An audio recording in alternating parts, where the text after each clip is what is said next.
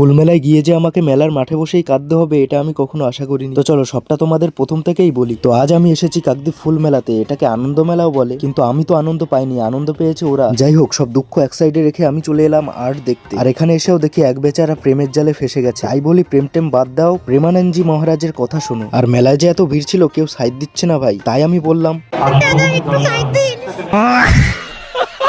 এ কি ভাই, আমার বুকের মাঝে।